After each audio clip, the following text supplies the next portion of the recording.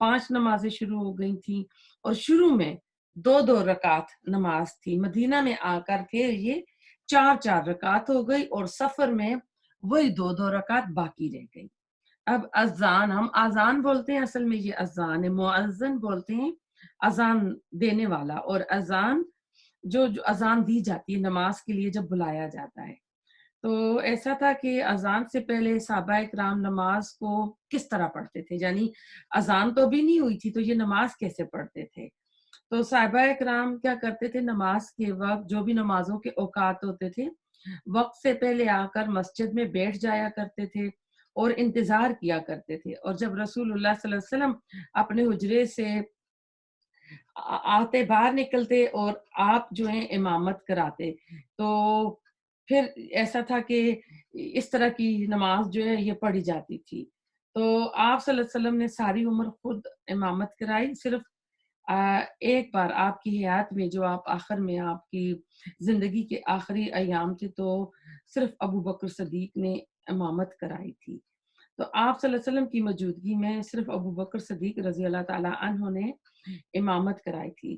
تو جب آپ اپنے حجرہ مبارک سے تشریف لاتے تو اس وقت پھر نماز باجماعت ادا ہوتی تھی. اب ایسا ہوا کہ آہستہ آہستہ مدینہ کی آبادی بڑھ رہی تھی اور لوگ اسلام قبول کر رہے تھے، اسلام کا حلقہ جو ہے بڑا ہو رہا تھا. تو اس بات کی شدت سے ضرورت محسوس ہوئی کہ کچھ ہونا چاہیے، کہ جب نماز کا وقت آئے تو مسلمانوں کو پتہ ہونا چاہیے کہ اب جماعت کا وقت ہو گیا ہے. تو اوقات تو سب کو معلوم ہوتے، لیکن کیونکہ دن کے وقت انسان کام روزگار میں لگا رہتا ہے تو کبھی ذہن سے نکل بھی جاتا ہے، اور کوئی ان کے پاس اس وقت کلاک تو تھے نہیں کہ اس میں وہ الارم لگا لیتے، نہ سیل فون تھے جس میں ہم لوگ اپنے ٹائمر سیٹ کر لیتے ہیں. تو لہٰذا آپ صلی اللہ علیہ وسلم کو ضرورت محسوس ہوئی اور آپ صلی اللہ علیہ وسلم نے صحابہ کرام کے ساتھ ایک میٹنگ کی، سب کے ساتھ جیسے ایک مجلس شورا ہوتی ہے، آپ کو سب کو بلایا کہ اس میں مشورہ کیا جائے. اب آپ نے جب اپنی بات پیش کی کہ ہمیں نماز سے پہلے کچھ ہونا چاہیے کہ ہم سب کو پتہ چل جائے، مطلع ہو جائیں سب اور مسجد نبوی کی طرف آ جائیں. تو اب ایسا ہے، میٹنگ میں کچھ لوگوں نے کہا کہ ہم جو ہے نا ناقوس بجایا کریں. ناقوس لکڑی کی ایک چیز ہوتی تھی جس کو بجایا کرتے تھے، جیسے نصارہ اپنے گھرجوں میں گھنٹے ہے نا، گھنٹا بجاتے ہیں، گھنٹیاں قدیم رواج تھا ان کا. تو اسی طرح یہ کہتے ہیں کہ ہم ناقوس بجایا کریں عبادت سے پہلے. تو کسی نے کہا کہ کابوک یہ بغل ہوتا ہے بڑا سا، اور یہ جو یہود ہیں، جو اہل کتاب ہیں، وہ بجایا کرتے تھے. تو کسی نے کہا کہ ایک سورج یہ بھی ہو سکتی ہے کہ کسی بلندی پر آگ لگا دی جائے. تو آپ صلی اللہ علیہ وسلم نے ان تینوں کے 3 مشورے سنے اور آپ نے ان تینوں مشوروں کو پسند نہیں فرمایا.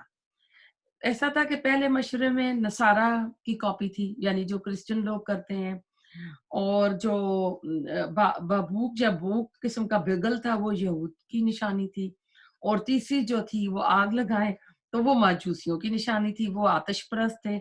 تو اس طرح اس محفل میں کوئی نتیجہ نہ نکلا اور یہ محفل ختم ہو گئی بغیر کسی مسئلے کے حل کے. صحابہ اکرام جو تھے فکر کے ساتھ رخصت ہوئے کہ مسئلہ جو ہے حل نہیں ہوا. اب دیکھیں اللہ کا معاملہ ہوتا ہے کہ بعض دل جو ہوتے ہیں وہ باتوں اور واقعات کا اثر بہت لیتے ہیں. سیرت نگاروں نے اور محدثین کا یہ خیال ہے کہ عبداللہ بن زید کے دل پر اس کا زیادہ اثر ہوا، اور رسول اللہ صلی اللہ علیہ وسلم کو ایسا کون سا مشورہ دیا جائے کہ یہ مسئلہ حل ہو جائے.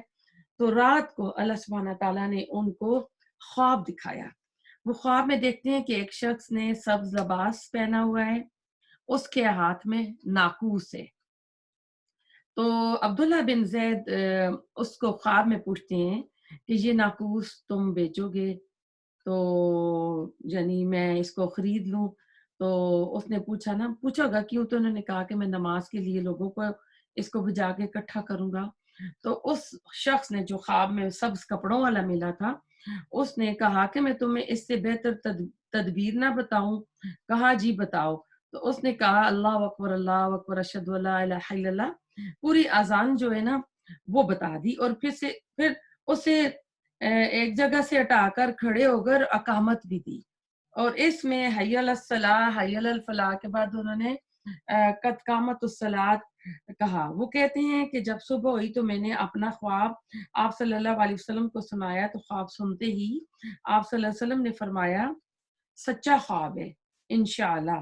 اس کے بعد عبداللہ بن زید سے کہا کہ یہ کلمات بلال کو سکھا دو، اور وجہ یہ بتائی کیونکہ انہوں نے عبداللہ بن زید سے کیوں نہیں کہا کہ تم ہی اذان دے دو، حضرت بلال کا کیوں کہا؟ تو اس کے پیچھے ایک ریزن تھی، وہ ریزن یہ تھی کہ حضرت بلال کی آواز جو تھی ان سے زیادہ اونچی تھی، زیادہ، یعنی لاؤڈ سپیکر کا زمانہ تو نہیں تھا، یعنی اگر وہ دیتے تو لاؤڈ سپیکر کی ضرورت ہی نہیں تھی، مدینہ کی ہر گھر میں جا سکتی تھی، تو اونچی آواز ہوگی تو کیا ہوگا، لوگ گھروں بازاروں سے سن کر نماز کے لیے آئیں گے۔ اب دیکھیں اس اذان کی کتنی اہمیت ہے۔ آج افسوس کی بات ہے کہ اذان کی آواز کو ہم لوگ سننا بھی گوارا نہیں کرتے، ہم تنگ آ جاتے ہیں۔ ایسا ہے کہ کچھ لوگوں نے اپنے سیل فون پہ، کمپیوٹرز پہ اذان کی آواز سیٹ کی ہوتی ہے، پانچوں اذان۔ ہوتا کیا ہے کہ جب یہ ٹی وی دیکھ رہے ہوتے ہیں، کوئی ڈرامے چل رہے ہوتے ہیں، پہلے تو یہ ہوتا تھا نا کہ ڈرامہ بند کیا جاتا تھا، ڈرامے کو پاز کر دیتے تھے، اذان سنتے تھے، اذان کا جواب دیا کرتے تھے۔ لیکن آہستہ آہستہ ایسا ہو گیا کہ ہم اتنے نڈر ہو گئے، بے باک ہو گئے کہ ہم نے اذان کو اب جو ہے بند کر دیا ہے، کہتے ہیں بس اللہ اکبر ہوگی اور اپنا جو بھی ہم ڈرامہ دیکھ رہے ہیں، جو بھی کر رہے ہیں، وہ اپنا سلسلہ برقرار رہتا ہے۔ اس کے علاوہ ایک اور کہتے ہیں یہ پراپرٹی ڈیلرز جو ہوتے ہیں ہماری اسلامی ملکوں میں، وہ کہتے ہیں کہ جو گھر مسجد کے قریب ہوتے ہیں ان کی قیمت کم ہوتی ہے، تقریباً 40-50 لاکھ سستے بکتے ہیں۔ کیوں سستے بکتے ہیں؟ وہ کہتے ہیں کہ اذان مسجد کے قریب ہوں گے تو اذان کا شور ہوگا جو ہمارے آرام میں خلل کرے گا، اور خواب غفلت میں یعنی خلل نہ پڑے، تو ہر طرح سے وہ چاہتے ہیں کہ ہم پرسکون ہو کر نا رات کو سوئیں، کہ صبح کی اذانیں ہوں گی اور آوازیں آئیں گی۔ تو شاید ایک وجہ یہ بھی ہے کہ ہماری قوم جو ہے نا اس میں تربیت نہیں ہوئی اس کی، اور کہ ان کو پتہ چلے کہ اذان کی کتنی اہمیت ہے اور نماز میں آنے والے لوگوں کی کتنی ہے۔ پھر یہ بھی ہوتا ہے کہ ہمارے ہاں جو مسجدیں ہوتی ہیں، جو مسجدوں کے ساتھ جو گھر ہوتے ہیں، ان کے جو گیٹ ہوتے ہیں نا، ان کو لوگ اپنی گاڑیاں پارک کر کے بلاک کر دیتے ہیں۔ تو ایسا ہے کہ زیادہ تر جو مسجدیں ہیں ادھر تو یہ ہوتا ہے نا کہ مسجدوں کی اپنی پارکنگ لاٹ ہوتی ہے، تو مسئلہ نہیں ہوتا، لیکن ہمارے ملکوں میں جو مساجد ہیں ان کی اپنی پارکنگ لاٹ نہیں ہوتی کہ وہ گاڑی کہاں رکھیں۔ دیکھا جائے تو ہم جو ہیں کنتم خیر امتن لوگ ہیں اخرجت للناس تأمرون بالمعروف وتنہون عن المنکر، کہ ہم لوگ تو وہ لوگ تھے کہ لوگوں کو نیکی کا حکم دیتے اور برائی سے منع کرتے۔ اس دین نے ہم کو ادب سکھایا، ہم جو تھے معذب لوگ بنتے، ہم رسول اللہ صلی اللہ علیہ وسلم کی امت سے ہیں، لیکن ہمارے اندر یہ چیزیں نکل چکی ہیں۔ ہم اگر ہوتے ہیں نا یورپ میں ہوتے ہیں، امریکہ میں ہوتے ہیں، ویسٹ میں، تو ہم اپنے ایٹیکیٹس کے نا بہت پابند ہوتے ہیں، اور ہمیں پابندی کرنی بھی پڑتی ہے، لائن میں لگتے ہیں، لیکن جو ہی پاکستان ایئرپورٹ پہ پہنچتے نا، وہی جو مخلوق نا وہاں پہ بڑے ایٹیکیٹس دکھا رہی ہوتی ہے، وہی مخلوق جب اپنے ملک میں پہنچتی ہے نا تو وہ کوئی اور ہی لگتا ہے، کوئی ایلین اتر آئی ہیں۔ تو اپنی یعنی وہ تہذیب جو ادب آداب ہے ان کے اندر نہیں رہتا۔ اصل میں ہم کو ثواب، گناہ، اذیت کا فرق ہی جو ہے معلوم نہیں ہے۔ اب مغربی دنیا مسلمانوں سے زیادہ مہذب ہے، حالانکہ شریعت کا جو بنیادی مزاج ہے وہ یہ ہے کہ ایک انسان سے دوسرے انسان کو تکلیف نہ ہو۔ تو ایسا ہے کہ اذان کے اوپر بات ہو رہی تھی، تو پہلی اذان جو تھی وہ حضرت بلال نے چھت پر چڑھ کر دی، تو یہ آواز عمر فاروق رضی اللہ تعالی عنہ کے کانوں میں پڑی، تو وہ تیزی سے چلتے ہوئے مسجد نبوی میں آئے اور کہا یا رسول اللہ صلی اللہ علیہ وآلہ وسلم، یہی الفاظ میں نے رات کو خواب میں سنے ہیں۔ آپ صلی اللہ علیہ وسلم نے فرمایا تم دونوں کو اللہ نے حق پر اکٹھا کیا ہے کہ یعنی تم دونوں نے دیکھیے اللہ تعالیٰ کہتے ہیں لذی بعث بحق لقد رأیت رؤیا، کہ اللہ تعالیٰ نے تم دونوں کو یہ خواب جو دکھا دیا، حق پر دکھا دیا۔ تو اب ایسا ہے کہ پہلی ہجری میں ہم نے دیکھا کہ رسول اللہ صلی اللہ علیہ وسلم مکہ سے مدینہ آئے، آپ نے قباء میں مسجد بنائی، مسجد نبوی بنائی، پھر آپ نے ایک موحد قائم کی، پھر آپ نے کیا کہتے ہیں یہود کے ساتھ بھی آپ نے ایک ٹریٹی کی تھی۔ اس کی اگلی کلاس میں جو آپ نے یہود کے ساتھ معاہدہ کیا تھا، اس معاہدے کی جو شق ہوتی ہیں نا، جو اس میں ٹرمز اور کنڈیشن جو ہوتی ہیں جو آپ نے رکھی تھی، وہ پڑھنی نہایت ضروری ہے، کیونکہ جب ہم آگے چلیں گے نا تو وہ انہوں نے جو ایگریمنٹ رسول اللہ صلی اللہ علیہ وسلم کے ساتھ کیا تھا، وہ ہم دیکھیں گے کہ اگلی غزوہ احزاب میں، خاص کر خندق میں، وہ اپنی ان تمام چیزوں سے پھر جاتے ہیں اور کس طرح مکہ کے مشرکین کے ساتھ مل جاتے ہیں۔ تو وہ ان کا وہ جو اس شخص ہیں ان کو پڑھنا نہایت ضروری ہے۔ تو اب ایسا ہے کہ پہلی ہجری میں اذان کی آواز گونجی۔ آج دنیا کے گلوبل پر ہر وقت، ہر ٹائم، وقفے وقفے سے اذانیں ہوتی رہتی ہیں۔ اذان وہ واحد چیز ہے جو دنیا کے گلوبل پہ کہتے ہیں کہ پورا یعنی 24 آورس میں یہ آواز جو ہے گونجتی رہتی ہے۔ یہ ایک جگہ سے فجر کی اذان کا وقت ہوتا ہے تو وقفے وقفے سے اگلی جگہ ہر جگہ 1-2 منٹ کا وقفہ آ جاتا ہے نا ٹائم کے لحاظ سے اذان کا۔ تو اس لحاظ سے کہتے ہیں جو ہی ادھر عشاء کی نماز ختم ہوتی ہے تو پھر دوسری جگہ جہاں سے فجر شروع ہوئی تھی وہاں سے پھر فجر کی اذانیں شروع ہو جاتی ہیں۔ تو آپ اس میں دیکھیں کہ اس میں اللہ تعالیٰ رسول اللہ صلی اللہ علیہ وسلم کو کہتے ہیں کہ ہم نے آپ کا ذکر خیر بلند کیا، تو یہ اللہ تعالیٰ کے ساتھ رسول اللہ صلی اللہ علیہ وسلم کا نام بھی اشہد ان لا الہ الا اللہ اشہد ان محمد رسول اللہ آتا ہے، تو یہ آپ کا ذکر خیر بلند ہوتا ہے۔ سورۃ الضحیٰ میں جو اللہ تعالیٰ نے فرمایا ہے، تو یہ اذان دنیا کے کسی نہ کسی خطے پر دی جا رہی ہوتی ہے۔ تو کہتے ہیں 24 گھنٹوں میں کوئی وقت ایسا نہیں ہوتا کہ اذان نہ آ رہی ہو۔ وہ آواز جو مسجد نبوی سے گونجی آج ساری دنیا میں گونج رہی ہے۔ اور اذان کے الفاظ پر آپ غور کریں، اللہ اکبر کہ اللہ کی بڑائی ہے، پھر کیا ہے اشہد اللہ محمد رسول اللہ، اشہد اللہ الہ الا اللہ، اشہد ان محمد رسول اللہ، کہ ہم رسول اللہ صلی اللہ علیہ وسلم کے ہونے کی گواہی دیتے ہیں۔ وحدانیت کی اس میں تعریف ہے، رسول اللہ صلی اللہ علیہ وسلم کی نبوت کی شہادت ہے، پھر نماز کی اہمیت ہے، حی علی الصلاۃ حی علی الفلاح، اور نماز کو اللہ تعالیٰ نے فلاح کہا کہ یہ کامیاب ہے۔ دنیا اور آخرت کی کامیابیاں جو ہے نماز کے ساتھ ہیں۔ قیامت کے دن جو سب سے پہلے سوال کیا جائے گا وہ نماز کے بارے میں کیا جائے گا۔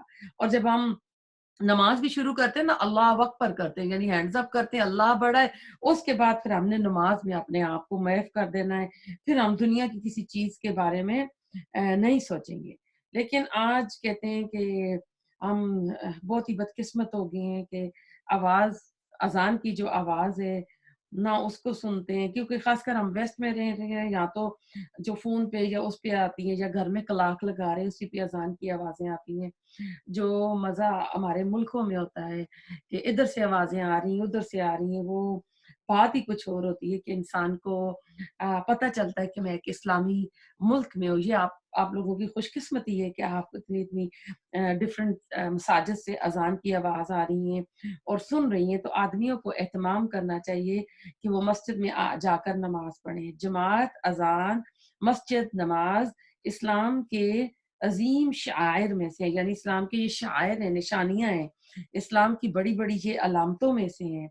تو گھر کے باہر ایسا ہے کہ کئی گاڑیاں کھڑی ہوتی ہیں، لیکن ایسا ہے کہ گھر کے مرد حضرات کو توفیق نہیں ہوتی کہ وہ جا کے مسجد پر نماز پڑھیں، کیونکہ اتنی زیادہ اس وقت انٹرٹینمنٹ ہو گئی ہے، سمارٹ فونز آ گئے ہیں، ٹی ویز آ گئے ہیں، کمپیوٹرز آ گئے ہیں، تو اس لحاظ سے کیا ہے کہ بندے کو ٹائم ہی نہیں ملتا کہ اللہ کے لیے تو نہیں نکالنا، یہ ٹائم تو انسان اپنے لیے نکالتا ہے، اپنی آخرت کے لیے نکالتا ہے، اپنی قبر کے لیے نکالتا ہے کہ قیامت کے دن ہمیں ان کے سوالوں کا نماز کا جواب دینا ہے کہ ہم نے نمازیں پڑھی ہیں نہیں پڑھی ہیں۔ تو کہتے ہیں کہ اگر اسلامی حکومت ہو اور اگر کسی محلے کی مسجد ہو اور اس میں لوگ اذان دینا چھوڑ دیں تو خلیفہ وقت جو ہے نا، جو حق میں وقت ہوتا ہے، اس کی ذمہ داری ہے کہ وہ انہیں سزا دے۔ تو تمام عظیم الشعار جو ہے نا وہ اس میں ہے۔ تو یہ قابل سزا جرم ہے کہ اسلامی ریاست میں اذان کے بغیر نمازیں پڑھی جائیں۔ پھر اذان دینے والے کا کیا ثواب ہے جو اذان دیتا ہے؟